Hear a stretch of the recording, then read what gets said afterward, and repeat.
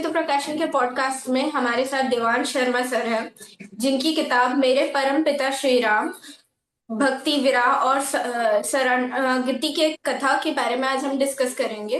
So first of all, Devansh sir, welcome to our podcast session. नमस्कार sir, Sakshi जी।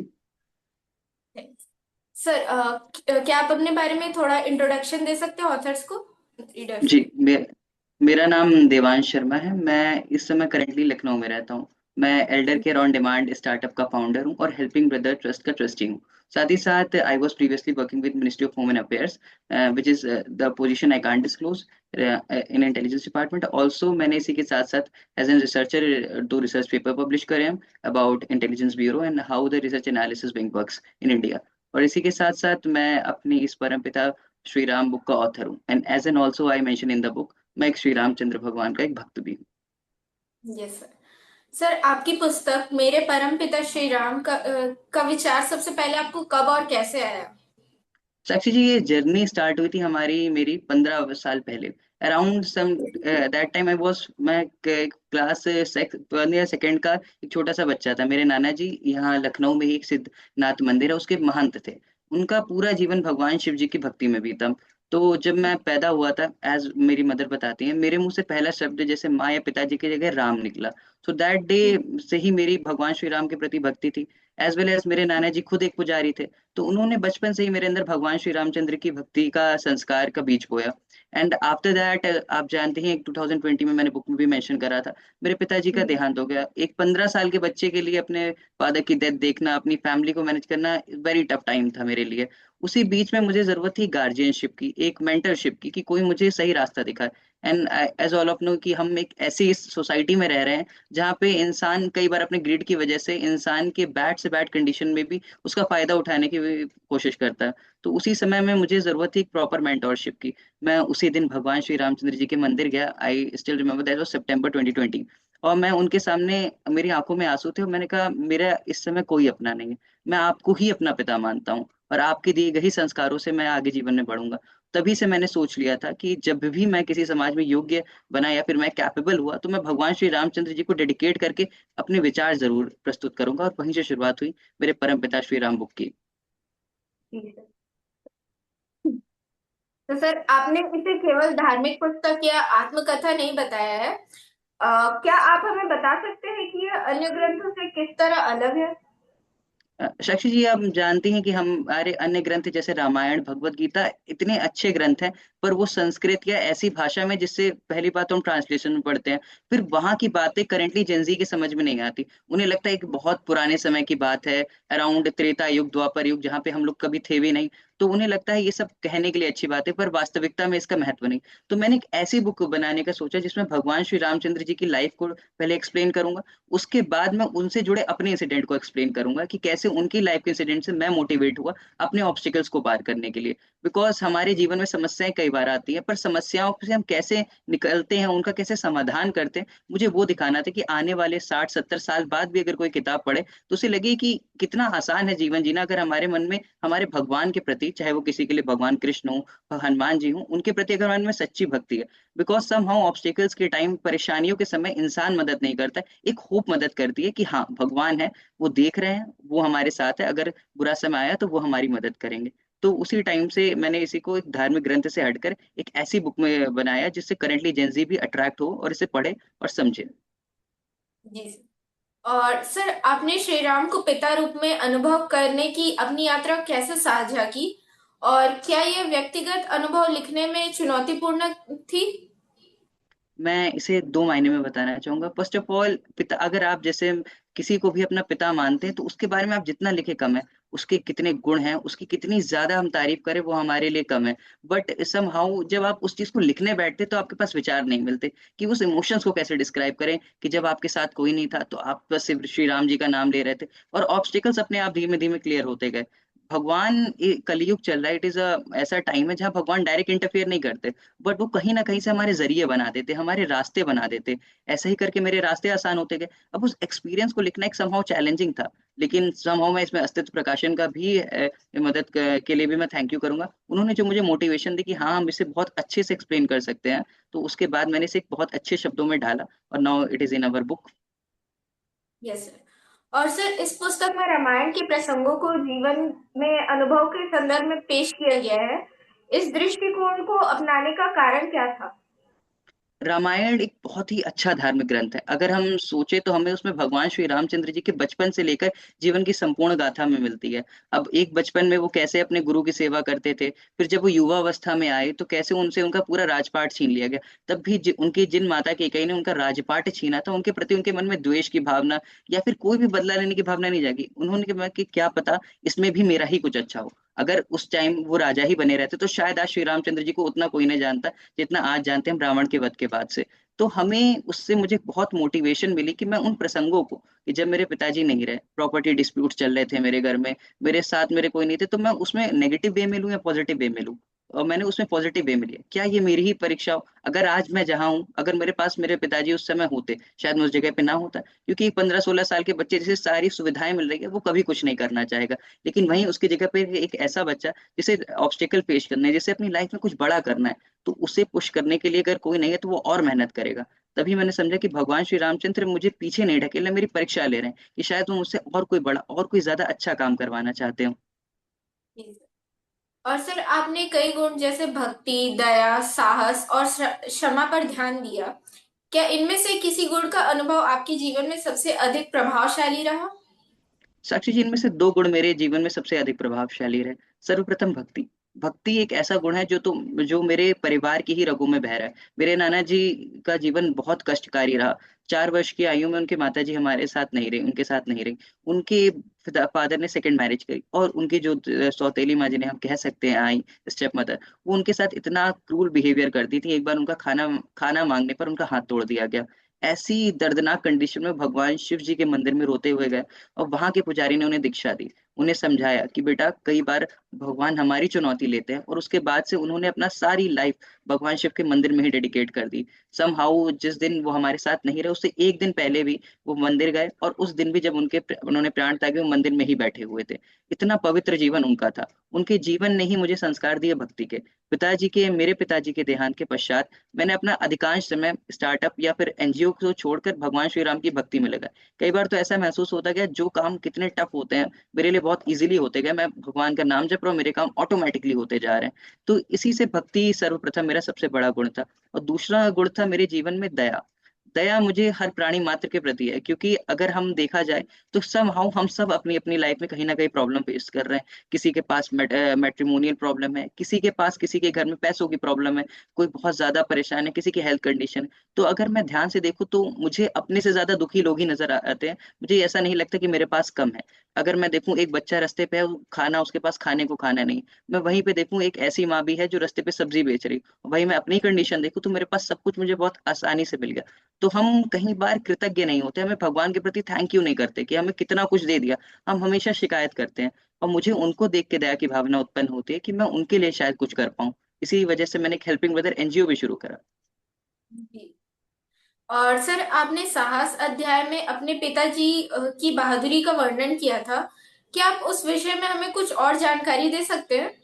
जी बिल्कुल, मेरे पिताजी बहुत ही बहादुर प्रकार के व्यक्ति थे। उनकी एक कही बात मुझे आज भी बहुत याद है। वो मुझे बचपन में सुनाते थे कि युद्ध नहीं जिनके जीवन में, वो भी कितने ही कमजोर होंगे, या तो रण छोड़ के भागे होंगे या फिर साहस में अयोग्य होंगे। इसी कारणवश मैंने उनकी इस बात को कई बार उनके सामने भी महसूस करा। अध्याय साहस में मैंने उनके इस प्रसंग को बहुत अच्छे से मेंशन करा था कि जब उनके सामने एक बार ऐसा केस आया कि जहां उन्हें कोर्ट के सामने स्टेटमेंट देना था। कई लोगों ने, एंड देन सामने वाली पार्टी काफी पावरफुल थी, कई लोगों ने उन्हें कहा आप अपना स्टेटमेंट चेंज कर दीजिए। कई लोगों ने उन्हें डराने की कोशिश करी, लेकिन उन्होंने स्टेटमेंट नहीं चेंज करा। साथ ही साथ में जब राम मंदिर का आंदोलन चल रहा था, तो भी उन्होंने इतनी बहादुरी से उस समय पे अपने जीवन का संघर्ष किया कि उनके उस समय उनके सर पे डंडा लगा, खून से सर उनका लथपथ था, कपड़ा बांधा, और भगवान श्री रामचंद्र का नाम लेके आगे बढ़ गए। इतने साहस और धैर्यवान पुरुष तो शायद ही मैंने अपने जीवन में देखा हो। आज भी जब मैं अपने जीवन की बात करता हूँ तो कई बार मैंने अपने आंखों के सामने देखा द समहाउ कोई चाइल्ड ट्रैफिकिंग की कोई गैंग रोड पे बच्चों से जबरदस्ती भीख मंगा रही थी। 2 बार मेरे सामने ऑप्शन था, एक मैं डर के घर पे बैठ सकता था, दूसरा मैं इसका विरोध कर सकता था। समहाउ मैंने विरोध करा and they all are arrested. Because हम कमजोर, हमें धैर्यवान होना चाहिए, हमें शांति प्रिय व्यक्ति होना चाहिए। लेकिन अगर कोई आपके सामने गलत करे और आप उसके सामने प्रतिकार ना करें, तो कमजोरी और शांति में अंतर होता है। आप कमजोर कायर नहीं होने चाहिए, आपके अंदर वीरता की भावना अवश्य होनी चाहिए कि अगर कोई सामने आपके खड़ा है, आपको चुनौती दे रहा है या गलत कर रहा है, तो प्रतिकार करिए, लड़िए। कि भगवान श्री रामचंद्र ने भी अशांति का पाठ पढ़ा है, लेकिन जब रावण ने मर्यादा लांघी तो उसका अंत भी किया। जी सर। और सर, पुस्तक के अंतिम अध्याय का शीर्षक अद्भुत शांति है। क्या आप हमें इस शांति का अनुभव और उसके महत्व के बारे में बता सकते हैं? जी, शांति का तो मेरे जीवन में बहुत ही अच्छा महत्वपूर्ण रहा है। इनर पीस, जिसे हम कॉन्सेप्ट इंग्लिश में भी कहते हैं, इनर पीस हमें तब आती है जब हमें सेल्फ सेटिस्फैक्शन की भावना हमारे अंदर होती है, कि हम पूरी तरीके से अपने जीवन से संतुष्ट हैं। अगर मैं आज के समय देखूं, अगर मैं एज एन मटेरियलिस्टिक बात करूं, तो एक समय पे मेरे पास नहीं, मैं इतना ज्यादा मॉनेटरी वैल्यू थी, आज मेरे पास इतना पैसा है कि मैं घर खरीद सकता हूँ, गाड़ी भी रख सकता हूँ, लेकिन वो शांति कभी भी नहीं थी। मैं आज भी उसी पुराने घर में रहना पसंद करता हूँ। जब आप समझेंगे कि मटेरियलिस्टिक चीजें, जितनी भी हम भौतिक संसाधन की वस्तुएं कभी हमें शांति नहीं दे सकती। आप एक गाड़ी से दूसरी गाड़ी खरीद सकते हैं, एक घर से दूसरा बड़ा घर खरीद सकते हैं, पर शांति हमें तब मिलती है जब हम दूसरों की सेवा करते हैं। जब मैं मेरी आंखों के सामने देखता हूँ मेरी एनजीओ से दिए गए खाने से किसी बच्चे का पेट भर रहा है, जब मैं देखता हूँ कि मेरी आंखों के सामने किसी वृद्ध माता जिनका बच्चा नहीं है, उनको कंबल मिल रहा है, वो आराम से सो रही है, तभी इनर शांति और अद्भुत शांति की प्राप्ति होती है। क्योंकि भगवान श्री रामचंद्र की सेवा सिर्फ ये नहीं कि हम उन्हें प्रसाद चढ़ा दें, हम उन लोगों की सेवा करें जो उनके बच्चे हैं, हम सभी उन्हीं के बच्चे हैं। इवन मैं कंपेयर करूं, मैं ही उनके लिए सब खास नहीं, जितने 125 करोड़ इस देश में रह रहे हैं सभी उनके बच्चे। अगर एक बच्चा भी भूखा है तो भी हमें शांत नहीं होना चाहिए। इसी से अद्वितीय शांति का अध्याय मैंने सीखा। Yes sir. सर, आपकी व्यक्तिगत चुनौतियों और दुखों का श्री राम के आदर्शों के समान सामना करने का अनुभव पाठकों के लिए प्रेरणादायक है। तो सर, क्या आप कोई विशेष घटना साझा करेंगे जिससे आपको सबसे अधिक प्रभावित किया हो? मैं इनमें से सर्वप्रथम घटना तो साझा करूंगा, जब मैं 7 से 8 साल का था। शायद कोई चमत्कार में माने या ना माने, लेकिन मैं बहुत अच्छे से मानता हूँ चमत्कारों में। मैं, ये बात है, तब मैं अपने पिताजी के साथ 2 गाड़ियों के साथ अपने गांव की तरफ जा रहा था। एक ट्रक मेरी कार से क्रैश करी। It was a very deadly accident. वहां पे ड्राइवर हमारा उस टाइम के बाद पैरालाइज हो गया। मेरे बाबा जी नहीं रहे और दो एक परिजन नहीं रहे। उस time I was a teetotaller, मुझे हनुमान चालीसा पूरी नहीं आती। मैं तोतली आवाज में उस समय आगे की फ्रंट सीट पे था और हनुमान चालीसा पढ़ रहा था।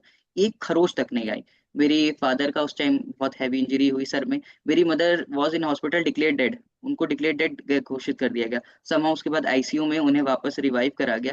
इस कंडीशन में भी एक खरोच तक नहीं आई। और जब वहां पे लोगों ने इन्वेस्टिगेशन करी, पुलिस ने भी पूछा तो कि इसको कैसे हुआ, तो समहाउ एक पास के खड़ा आदमी बता रहे थे, सब सोते सोते जब निकाला हमने रिकवर करा, तो इसके गले में श्री रामचंद्र जी का पेंडेंट था। वहां पे जो उस ट्रक के पास सरिया थी, उसने उस सरिया को उस पेंडेंट ने रोक लिया सीने में आने से। तो इतना ज्यादा मेरा भगवान श्री रामचंद्र जी से जुड़ाव रहा, और मैं जिससे कह भी सकता हूँ कि कोई चमत्कार माने या ना माने, लेकिन मेरी व्यक्तिगत जीवन में इसका बहुत ज्यादा अच्छा अनुकूल परिणाम रहा। मुझे कभी दुख की अनुभूति नहीं हुई, क्योंकि मुझे ऐसा लगता था एक गार्जियनशिप है जो हमेशा डिवाइन तरीके से, या दैवीय शक्ति है जो मेरी हमेशा रक्षा कर रही है। जी सर। जी सर। एंड सर, आपकी शिक्षा और शोध का अनुभव, जैसे कि राष्ट्रीय सुरक्षा, इन सब विषयों ने आपके आध्यात्मिक दृष्टिकोण को कैसे प्रभावित किया है? भगवान श्री रामचंद्र जी की रामायण जब हम बहुत खास तरीके से पढ़ेंगे, तो उसमें कॉन्सेप्ट था, जननी जन्मभूमि स्वर्गादपि गरीयसी। ये जो जननी है, जिसमें हमने जिस धरती पे जन्म लिया, वो हमारे स्वर्ग के समान होनी चाहिए। मैं मानता हूँ हमें भक्ति हमें शांति देती है, लेकिन वही भक्ति हमें यदा यदा ही धर्मस्य का भी कॉन्सेप्ट है, जहाँ पे धर्म के लिए हमें युद्ध करना भी सिखाती है। धर्म in the sense of country protection.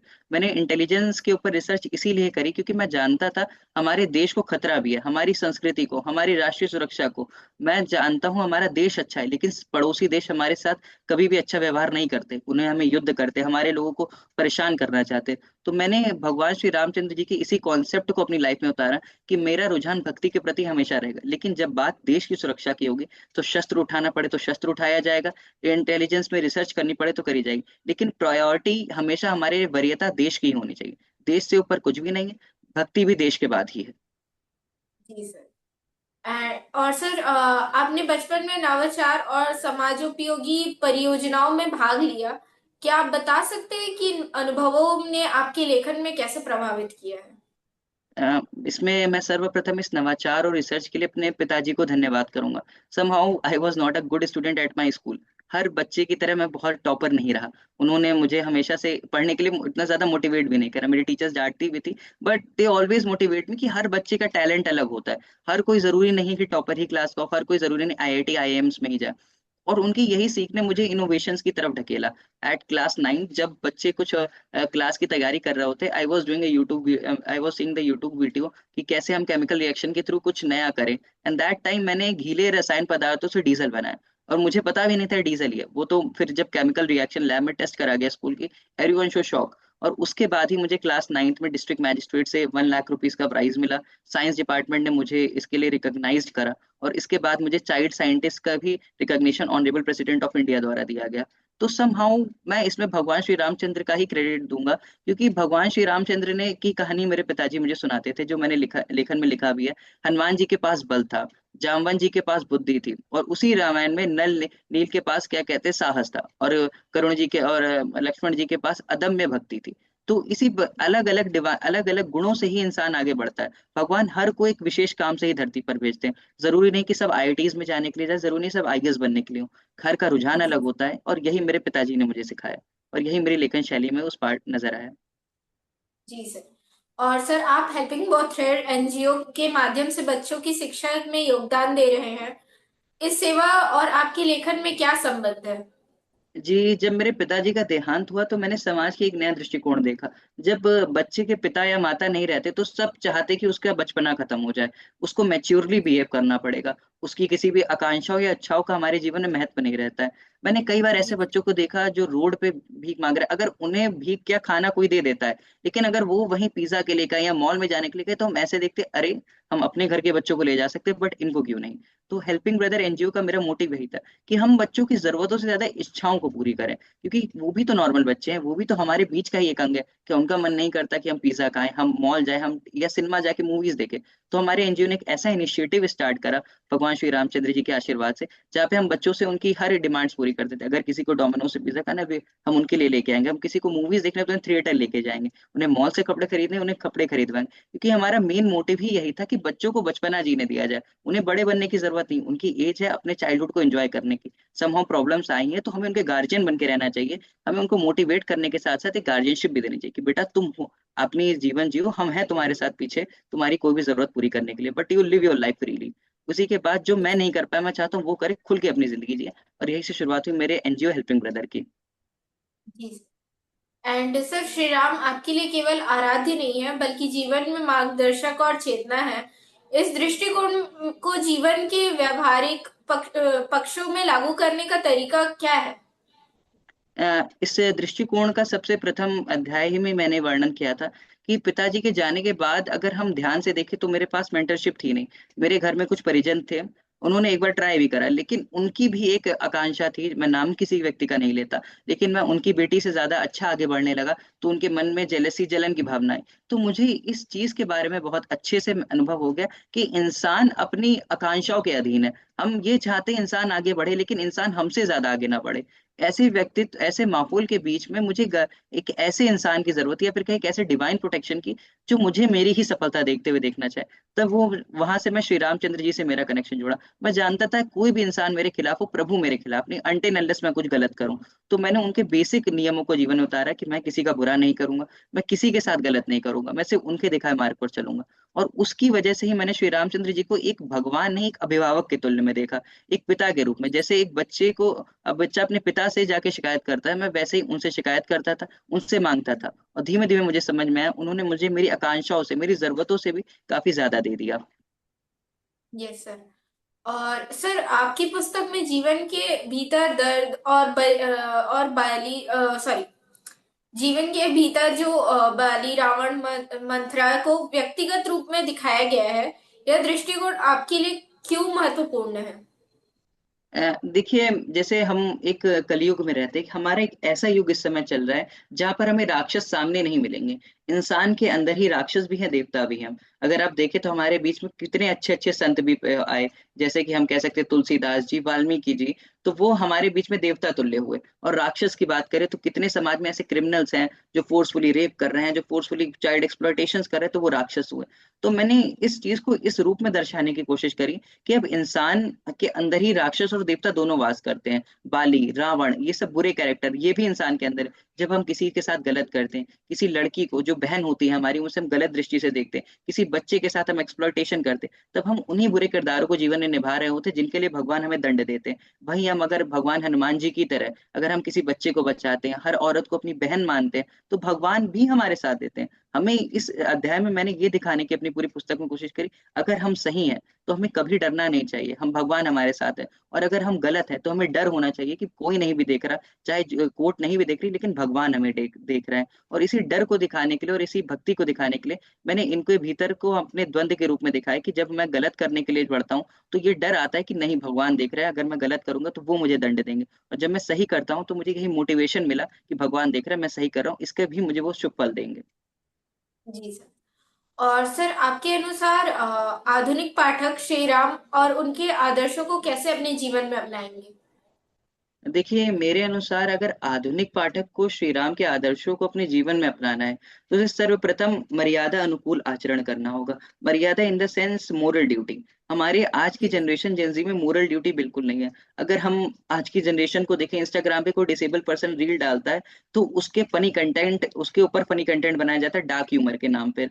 और अगर हम उसी मोरल ड्यूटी की बात करें, किसी का रेप हो जाता है तो उसके ऊपर यूट्यूब में कनेक्शन से कई, इवन एक पॉलिटिशियन का भी बयान था कि वो उसके ऊपर कनेक्ट करते हैं कि लड़की की गलती थी। तो ऐसे जी सर। समाज में हम जब जिस समाज में हम रह रहे हैं, तो हमें वहां पे एक मोरल ऑब्लिगेशन भी होना चाहिए कि सही गलत के बीच में क्या अंतर होता है। और इसी अंतर को मैंने दिखाने की कोशिश करी कि अगर हम गलत कर रहे हैं तो हम सामाजिक दृष्टिकोण से भी गलत कर रहे हैं। श्री रामचंद्र जी ने हमेशा गलत के खिलाफ साथ दिया, गलत के अगेंस्ट में काम किया। अगर कोई गलत करे तो उसे दंड दिया, और कोई सही कर रहा है, अहिल्या माता, इनके एक अध्याय में मैंने लिखा भी था, वो सही थी, लेकिन इंद्रदेव के छल के कारण उन्हें एक पत्थर की मूर्ति बना दिया गया। तो प्रभु ने उन्हें जीवन दान दिया। शबरी जो उनकी भक्त थी, वो एक निचली जाति से आती थी, शबर जाति से। प्रभु ने उनके जूठे भेर खा लिए, क्योंकि उन्होंने दिखाना था, कास्टिज्म हो गया, वुमेन एक्सप्लॉयटेशन हो गया। अगर हम आज की संदर्भ में बात करें, करंट जेंजी में, तो ये सब चीजें गलत हैं। और इन्हीं गलत को रोकने के लिए मैंने दिखाया कि प्रभु श्री राम के आदर्शों को जेंजी को अपने अंदर उतारना चाहिए। वेस्टर्न कल्चर के नाम पर, डार्क ह्यूमर्स के नाम पर हमें कभी भी गलत चीजों को सपोर्ट नहीं करना चाहिए।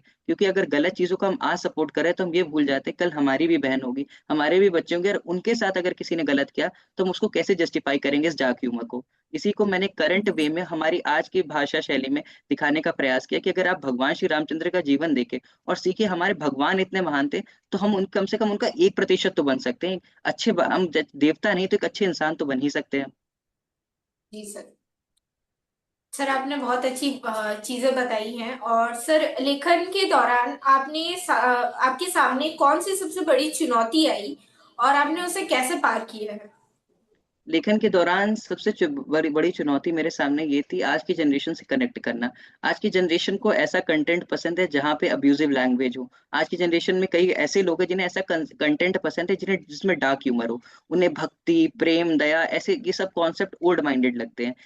इन्हें ऑर्थोडॉक्स मेंटेलिटी लगती है कि ये सब पुराने समय के या पुरातन काल के विचार है। तो उनके बीच में जुड़ना मेरे लिए संकट के लिए थोड़ा सा था कि क्या वो पढ़ेंगे नहीं पढ़ेंगे। लेकिन उसी बीच मुझे मेरे माता जी ने, मेरी माँ ने मोटिवेट करा कि किसी के पढ़ने ना पढ़ने से हम सही को सही और गलत को गलत कहना छोड़ दे तो वो गलत होगा। अगर जो चीज गलत है उन्हें किताब में लिखो कि किसी के साथ अगर गलत हो रहा है तो वो गलत है, भगवान की नजर में भी गलत है। छोटी सी भी गलती बड़ी गलती की जड़ बन सकती है। कल को अगर कोई यूट्यूब पे किसी लड़की के ऊपर अश्लील कमेंट कर रहा है तो वो छोटी गलती कल को एक बड़ी चीज के रूप में ले सकती है। कोई बच्चे को रोड पे अगर भीख मांगते हुए देखकर उसे वो हरास कर रहा है, या फिर उसे सपोर्ट ना करके, उसे पर्टिकुलर अथॉरिटीज को ना देकर वो गलत करे, तो वो भी छोटी सी गलती उसके कल को एक्सप्लॉयटेशन का एक रीजन बन सकती है। तो इन यस। चुनौतियों के बीच में मैंने ये सीखा कि हमें इसे लिखना चाहिए। हमें समाज को जागरूक करना चाहिए कि भक्ति के साथ साथ हमारी मोरल ड्यूटी है। हम खाली वृंदावन में जाकर तिलक लगाकर एक अच्छे भक्त नहीं बन सकते। हमें भगवान के आचरण को भी लेना पड़ेगा कि भगवान कृष्ण ने कैसे, अगर रुक्मणी द्वारकाधीश ने क्यों कहा जाता है कि अगर द्रौपदी का चीरहरण हुआ तो उन्होंने सबका संहार कर दिया, अगर सुदामा के साथ अत्याचार हुआ तो उन्होंने सबका नाश कर दिया। तो उनको इस सीख को भी बताना होगा कि चाहे भगवान कृष्ण हो या भगवान रामचंद्र जी हो, स्वयं पर ब्रह्म भी हो। गलत के समय पे उन्होंने आवाज उठाई, इंसान को ये सीख दी, मैं सिर्फ इसलिए नहीं आया हूँ कि मैं राक्षसों को संहार करूं, मैं तुम्हें ये बताने के लिए आया हूँ कि सच्चाई, अच्छाई, इंसानियत का वास्तविक मूल क्या होता है। वास्तविक मूल कभी ये नहीं होता हम किताबों में पढ़े, हम उसे अपने जीवन में भी उतारें। Yes sir. जब आप इतने सारी चीजों के बारे में बात करते हैं, तो अभी जो समाज के जो जिनको देख कर के लोग फॉलो करते हैं जेनजी, तो वही सबसे ज्यादा ऐसे एक्शन करते हैं जो कि माफ करने लायक नहीं होते हैं। तो उनमें कैसे सुधार ला सकते हैं? इसमें सबसे ज्यादा रोल तो उनके पेरेंट्स का होता है, एक पेरेंटिंग गाइडेंस। हमें बचपन से ही, 5 साल से ही हमें अब धीमे धीमे वेस्टर्न कल्चर की आदत लग गई। मैं यूएसए में देखता हूँ तो मेरी एक मम्मी की क्लोज रिलेटिव है, वहां से 8 साल से ही बच्चे अपने पेरेंट्स से दूर हो जाते हैं, 15 साल में रिलेशनशिप्स में आ जाते हैं। जो एज हमारी पढ़ाई की होती है, जो हमारी मोरल ऑब्लिगेशन की एज होती है, जहाँ हम सीखें सही क्या है गलत क्या है, वह हमें कोई सिखाने वाला नहीं बचता है। लड़कों को ये सिखाया जाता है कि how much you have a girlfriend you are that much cool, आपकी जितनी गर्ल्स होंगे आप उतने कूल होंगे। लड़कियों को भी यही सिखाया जाता है, हमें मोरल ऑब्लिगेशन ही हमारे अंदर खो दिया जाता है। मेरे माता पिता ने मुझे सबसे पहले यही सिखाया कि ये एज आपकी पढ़ाई की है, ये एज आपकी सीखने की है। आपको लड़की को बहन की नजर से देखना होगा, आपको अभी बड़े बनने की जरूरत नहीं है। अगर आपको जो चीज है वो एक सही टाइम पे होती है। पहले 4 आश्रम चलते थे, वह गृहस्थ आश्रम, ब्रह्मचारी आश्रम, वानप्रस्थ आश्रम, इन आश्रमों के तहत जीवन को बांटा जाता था। आज के टाइम में इनको ऑर्थोडॉक्स मानकर हम लोग हर वो चीज कर रहे हैं, चाहे जो गलत हो या सही हो, कि जो सही है। 15 साल का बच्चा सिगरेट पीता है, 16 साल का बच्चा अल्कोहल पीता है और इसे कूल करके रील बना के डालता है। तो उन्हें ये किताब पढ़ने की जरूरत है, और किताब से ज्यादा मैं तो कहता हूँ उन्हें रामानंद सागर की रामायण देखने की जरूरत है। अच्छा लड़का आप ये जेंजी वाली हरकतें करके नहीं, अच्छा लड़का आप एक अच्छे इंसान बन के कर सकते हैं। कोई भी अगर लड़की है उसे आप बहन की तरह देखे, हर बूढ़े इंसान को अपने माता पिता की तरह देखे। रास्ते पे कोई भी छोटी बच्ची जा रही है उसे बड़े भाई की तरह गाइड करें। अगर आप ये करेंगे तभी आप एक अच्छे जेंजी बन पाएंगे। और सर, अंत में आप चाहते हैं कि पाठक मेरे परम पिता श्री राम पढ़कर के किस सबसे बड़ी अनुभूति या संदेश के साथ पुस्तक से बाहर जाए? देखिए, मैं चाहता हूँ अगर कोई भी इस किताब को पढ़ता है तो वो दो चीजों का हमेशा ध्यान रखे। सर्वप्रथम ये है भगवान श्री रामचंद्र के प्रति अटूट भक्ति। अटूट भक्ति इन द सेंस मैं ये कहना चाहता हूँ कि उन्हें अंदर पूरा डिवोशन होना चाहिए भगवान के लिए, कि भगवान हमारी लाइफ में कितने ज्यादा इंपॉर्टेंट है। भगवान कोई एक माइथोलॉजिकल कैरेक्टर नहीं है कि जिनकी हम खाली हवा में बातें करके सुन के भूल जाएं, कि कृष्ण जी ने सिर्फ, अगर हम उन्हें चाहिए तो एक कहानी की तरह उनका नाम जपे, हम उनके व्यक्तित्व, उनके कैरेक्टरिस्टिक्स को उतारे, भगवान श्री रामचंद्र जी के कैरेक्टरिस्टिक्स को उतारे। भगवान श्री रामचंद्र जी कैसे अपने माता पिता का सम्मान करते थे। अगर हम उनकी पूरी कहानी देखें तो जब सीता माता का वियोग भी हुआ तो कई लोगों ने उन्हें सेकंड मैरिज करने के लिए भी फोर्स करा। जब अश्वमेध यज्ञ चल रहा था उन्होंने माता सीता की मूर्ति लगा ली, लेकिन कहा मैं सेकंड मैरिज नहीं करूंगा। इतना मोरल कैरेक्टर, इतना हाई वैल्यू हमारे अंदर होनी चाहिए कि हम कम से कम, चाहे प्रेम हो चाहे अपनापन हो, सब में बिल्कुल आदर्शवान रहे। कि हमारा आदर्श इन द सेंस की एक काइंडनेस रखे, एक मोरल ड्यूटी रखे कि ये गलत है, मैं ये कभी नहीं करूंगा।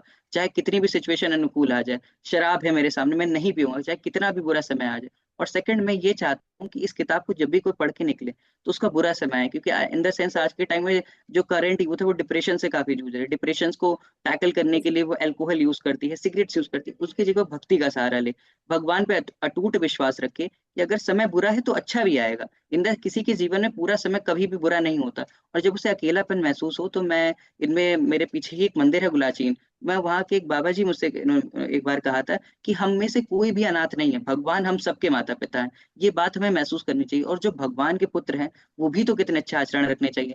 हमें से अगर डिप्रेशन का टाइम आ रहा है तो इसे हम एक चैलेंज की तरह ना लेके एक टेस्ट की तरह लें, कि भगवान हमारी परीक्षा ले रहे हैं, वो जानना चाह रहे हैं हमसे कि हम कितने अच्छे तरीके से इस सिचुएशन से निकलेंगे। क्या हम उनको याद करते हैं? और मैं ये भी मानता हूँ अगर हम सच्चे मन से बात करेंगे तो वो हमारी मदद भी जरूर करेंगे।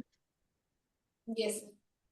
सो thank you so much sir, आज आपने काफी अच्छी चीजें मुझे बताई और धार्मिक चीजों के बारे में आपने बहुत अच्छे से मुझे गाइड किया। So thank you so much sir for joining me on this podcast session. Thank you Sakshi ji. Thank you sir.